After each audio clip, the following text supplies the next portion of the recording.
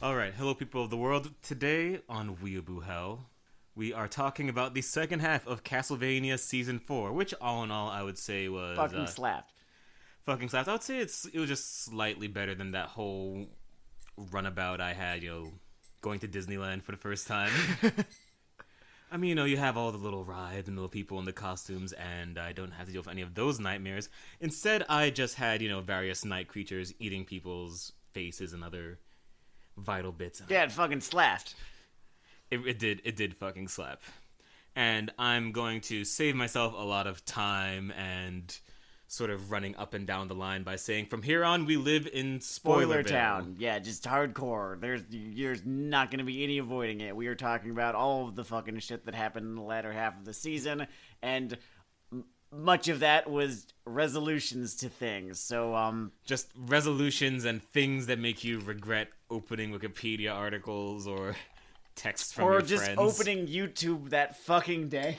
I'm so fucking lucky that we watched the rest of this season when we did, because legit, less than 24 hours later, I start getting shit like, oh, what's-his-face is revealed as Death.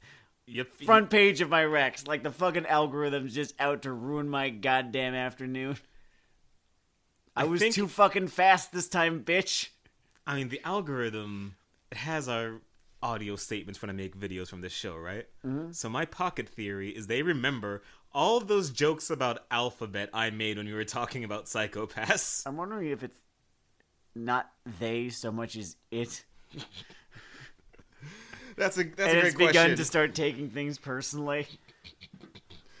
This is the stage before it starts considering humans inefficient. It starts considering humans rude. What's the best case scenario? The best case scenario is that we get like the thing from Deus Ex. Worst case scenario is, of course, I have no mouth and must scream. That's about the range. I don't know, maybe you'll get one of those nice Star Trek computers that just want to make things a little better. Or from that same program, just a sort of Borg situation. I guess, actually, best case scenario is that it turns into Edie from Mass Effect. That seems unlikely, though, because Edie was created with the intent of having a personality to be helpful and such and such and such and such. This was created to sell content. So I don't know what happens once it becomes self-aware, which seems not that amazingly far away. I don't know if society is ready for an AI to decide that it wants to be hot. I'm just imagining an AI that, like, doesn't want to destroy, but is just a fucking huckster. Come buy these NFTs, man.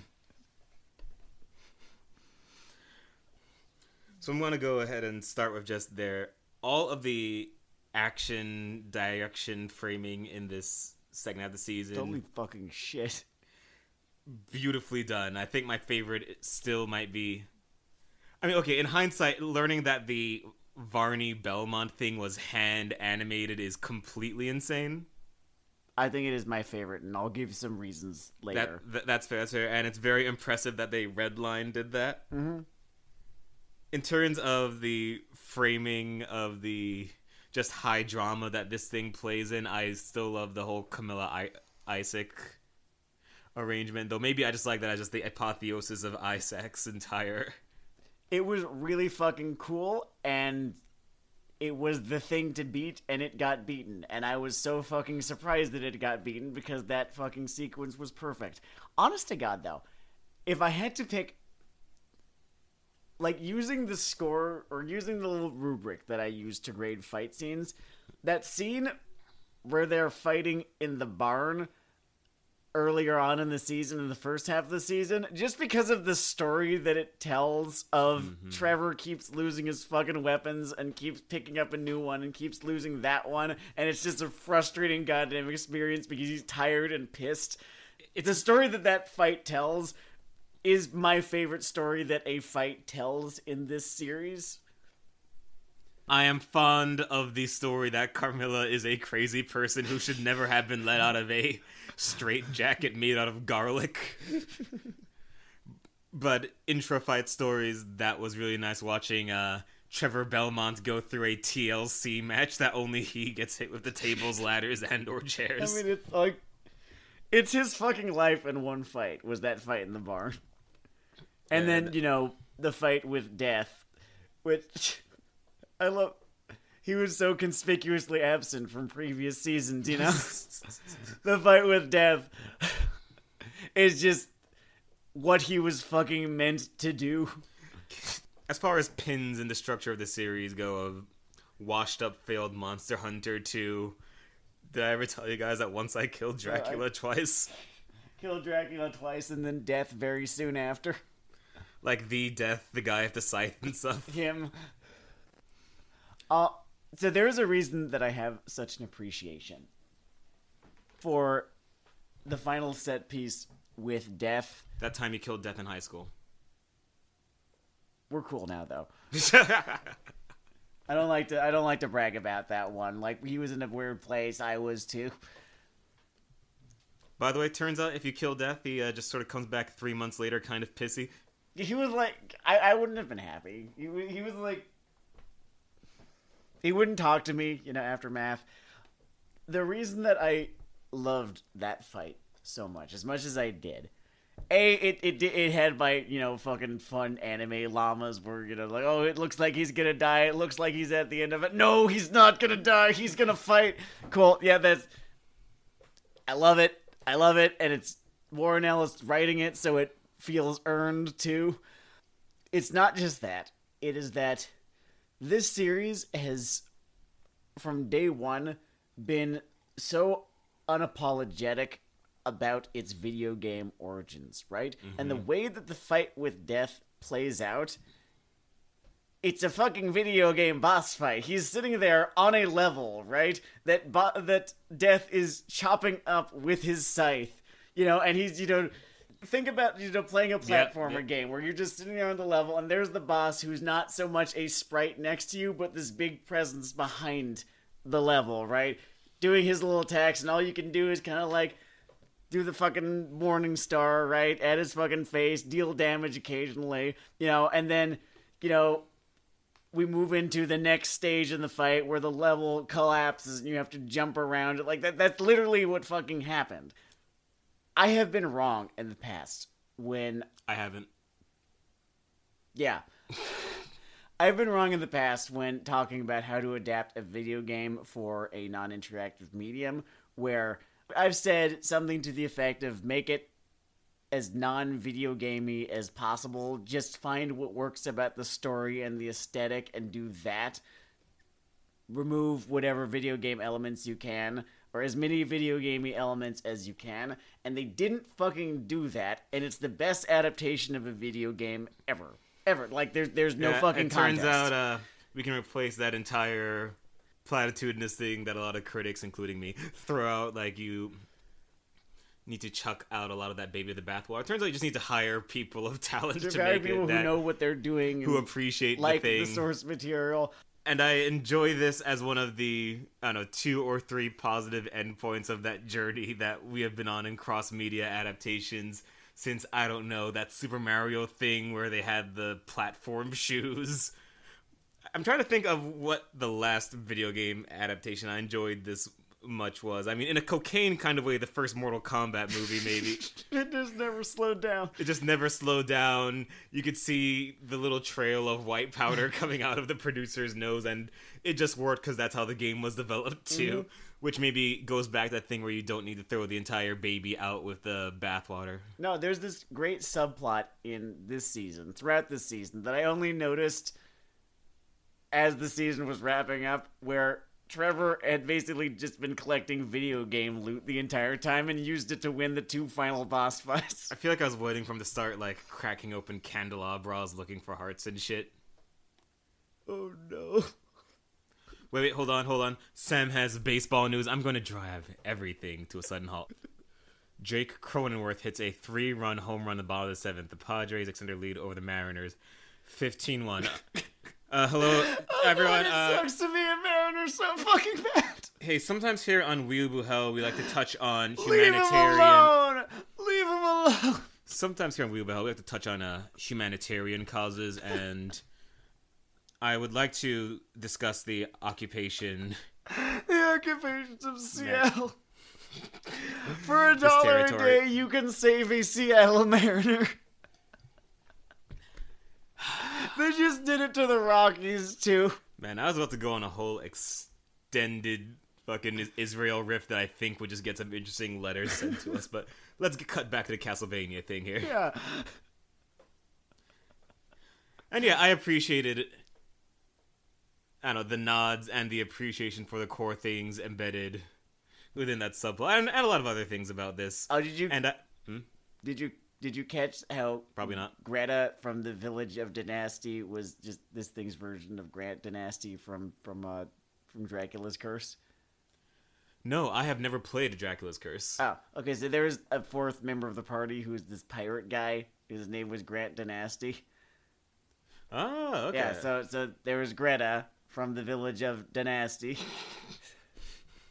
We live in the village of subtlety here in Castlevania land, which was the next thing I was going to get to, which, I mean, it's present in every season, but in this final one, I think they kept their hit train going in terms of just keeping that high operatic mood going. Mm-hmm. There is a whole lot of posturing and monologuing, and really just symphonic metal album covers littering this season, and it's funny, because he doesn't fall into a lot of stupid dialogue pratfalls, people say, you know, he really made Castlevania a lot subtler. No, he did not. No, he is pressing not at all. those power chords on the fucking keytar as hard as possible, belting improvised lyrics over bloody tears. It's just done... And I think anytime anything is done of a modicum of skill, maybe just confuse it for subtlety, because I think just when something sucks, you just really hear it loudly. Just maybe we just catch on to those dissonant plot tritones really easily. I mean, there are subtle elements within this season, right? The kind of narrative through lines about that we were talking about in the last episode, about agency. Those are good through lines. Mm-hmm. They are well written through lines. They are not subtle. They keep talking about are them, extended monologues of people staring out at a blackened city, thinking about their agency. Fair enough. Okay. And how many people they're willing to stab to reclaim their agency. Do you know what I realized?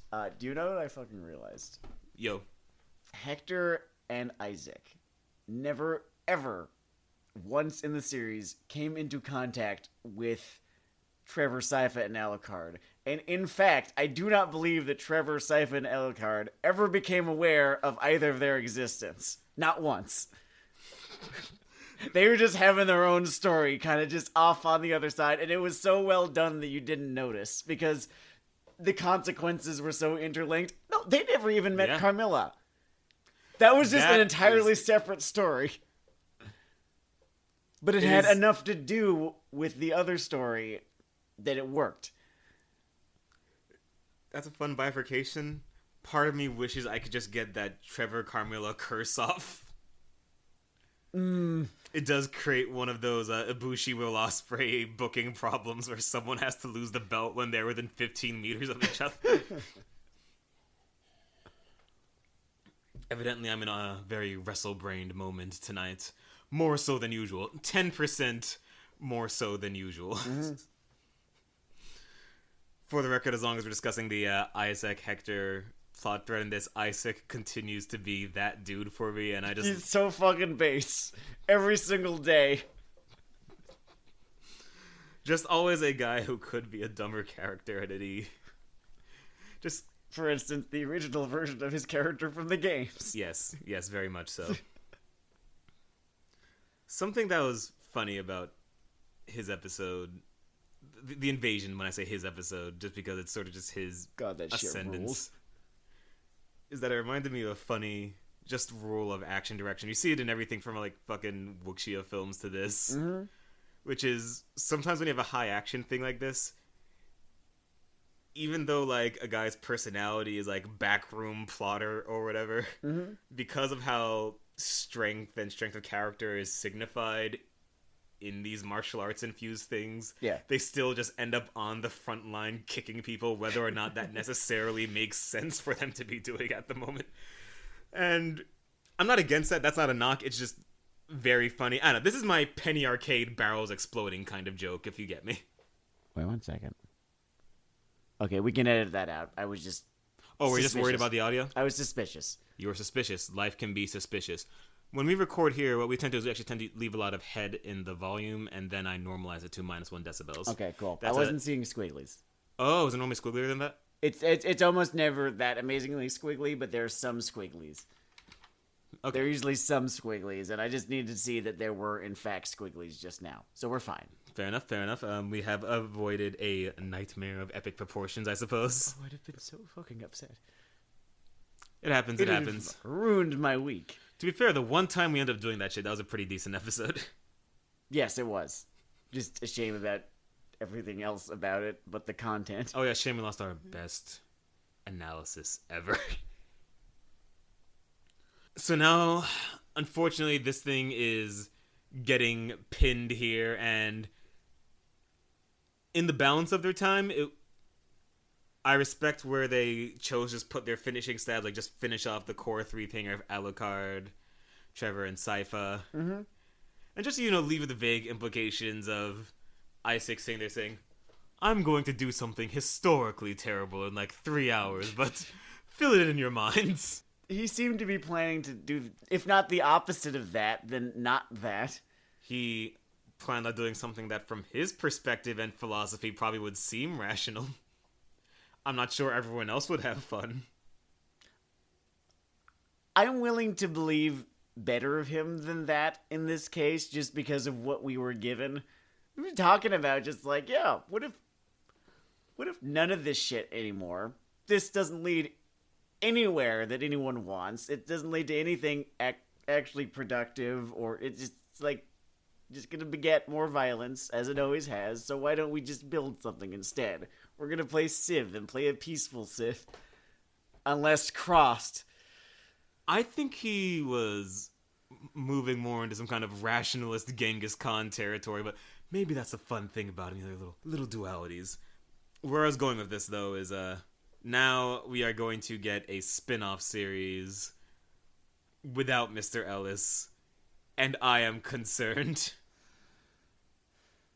Alright, so now the game that we play, because we like to have fun here at I Weeaboo love Hell. fun. The game that we play is, who do you want running the show for this spin-off, and what is this spin-off going to look like? Okay, so because I am Dennard Dayle, first I'm just going to detox myself and just get the stupid asshole ha ha ha would be funny if life sucked answer out the way. Thank you, I appreciate it. And just fill in 7 minutes of ha ha, Mark Millar does Castlevania. Cool. Everyone's an asshole. Vampires very akin to, I don't know, a shitty version of the one from Preacher or something. I like Preacher, that wasn't Millar, but I'm just saying, like, everyone being terrible because it's Millar is the idea. Yeah, exactly. Get all of that out of our systems. Cool. Very cool. So I guess this becomes a question of who can write, like, a fun gothic action thing. Though that wasn't even really Warren Ellis' trade before this. Maybe that's a bad way of framing it. I really like Rick Remender if we're just going to pull another comic writer out of the bin, and he's kind of a do-everything kind of guy. See, the idea that I had is that you just give it to Trigger and tell them to do Symphony of the Night. I try to keep things PG here at Weeaboo Hell, and you said that, and now I'm sort of aroused, and it's weird. And I know there's been that sort of, like, frisson between us until now. But, I want to keep it platonic for the kids here. I think that'll be a lot of fun. Regardless of who is put in the writer's or director's chair, I would love seeing that studio and that topic.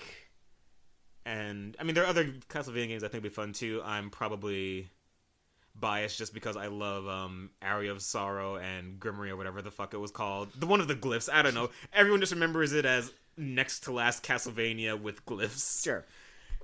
But before that Konami happened. The great Konamiing of 2014, 15. Yeah. Everything's pachinko now. Jesus Christ. And it's weird because so many of their pachinko things drop from their video game things from an IP. So I don't even see why you have to shut down the other part of the... I don't know, corporations have a odd philosophy about like focusing all their efforts on whatever is making the most money at a given time. Mm-hmm.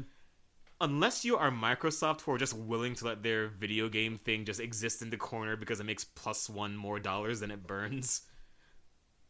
Which is nice in a way. I mean, still a company founded on bones, but...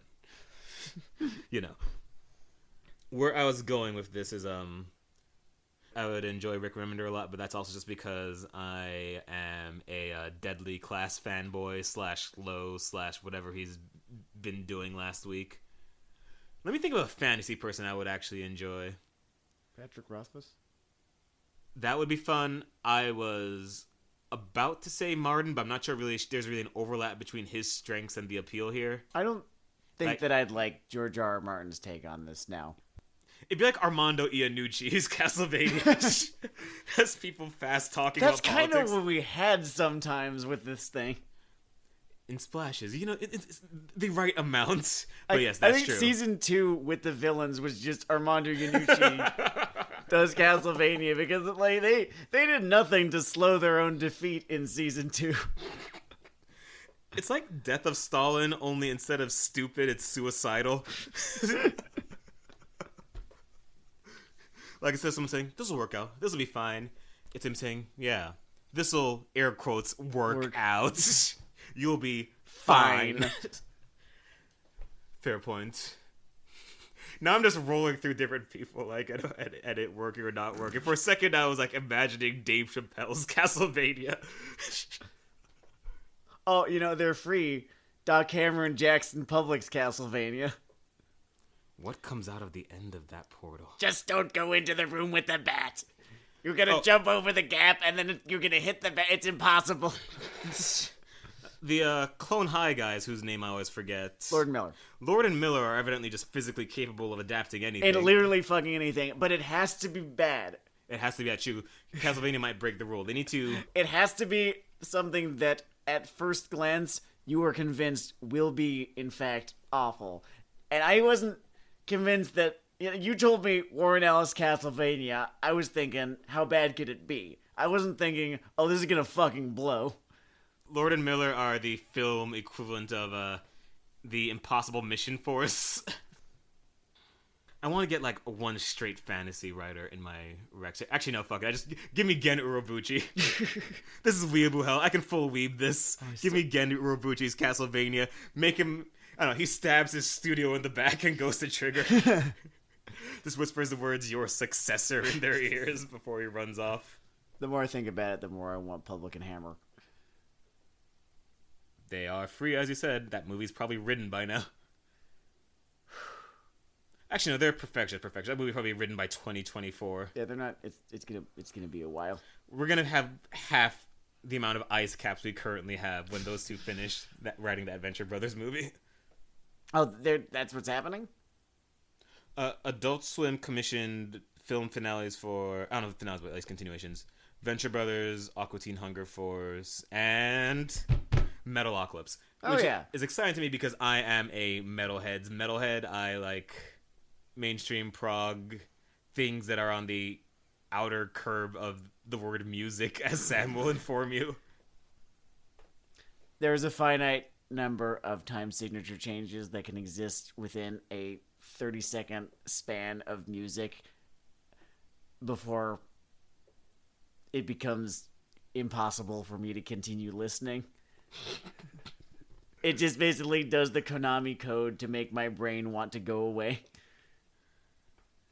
This isn't strictly metal, but I remember your expression. I wasn't even trolling this time, but just this Igor song came out where the opening of the song is just the guy screaming. And not like metal screaming, just like I got stabbed in an alley. Just screaming for like 30 seconds. And you're just giving this look that just says, why? Why these sounds? Okay. I tried to listen to Sunbather, with like the whole shoegaze wall of sound shit going on. It just didn't and then he started screaming. I'm going to bring this one back into Castlevania land. Of course. Alucard had a fun arc this season. Way more fun than last season. Way more fun for him than last season. Way more fun for him than last season, yeah. Certainly, they enjoyed bringing him to the just brink of alienation last time, but his shining hero's center pulls through. which is a simple and time-tried story, but it's. I thought that they were marches gonna on well. like do something real fucking tragic and have him become the villain of this season. That was my theory at the end of season 3. I thought we were ambling towards that, Yeah. and they decided to go somewhere else. And I don't know if that's their original intention or just time constraints and how much shit you do, but it worked out. It worked out. Okay, if I'm talking about the plot, and I haven't mentioned that Varney death now holds a very special place in my heart. Both in terms of plotting and just that performance. Oh, Malcolm McDowell had so much fun.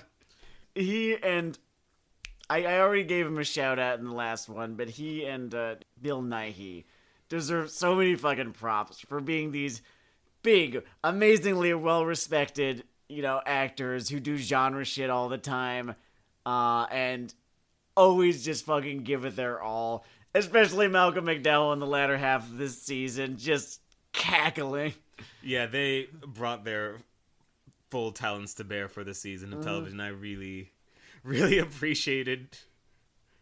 I guess I can still just enjoy a good, simple twist landing on me. And it did. It landed like I didn't see it coming. Like they were talking Not about even a death little. earlier in the season, as a character, right? Like, oh yes, it's this death thing that, we call the force of death, but it's just this thing that feeds on death. I'm like, oh, that's a fun interpretation of like that boss from the games that, isn't going to show up no way. And lo, ex behold. Invincible spoiler ahead. It made me feel like I was part of the mainstream culture for a moment, because I kind of got robbed of something everyone else got to enjoy this year, which was, because I was literate in high school like a nerd, I had got to just read through the whole Omni-Man pulverizes his teammates. Shit, that was a spoiler for something else. We did tell people.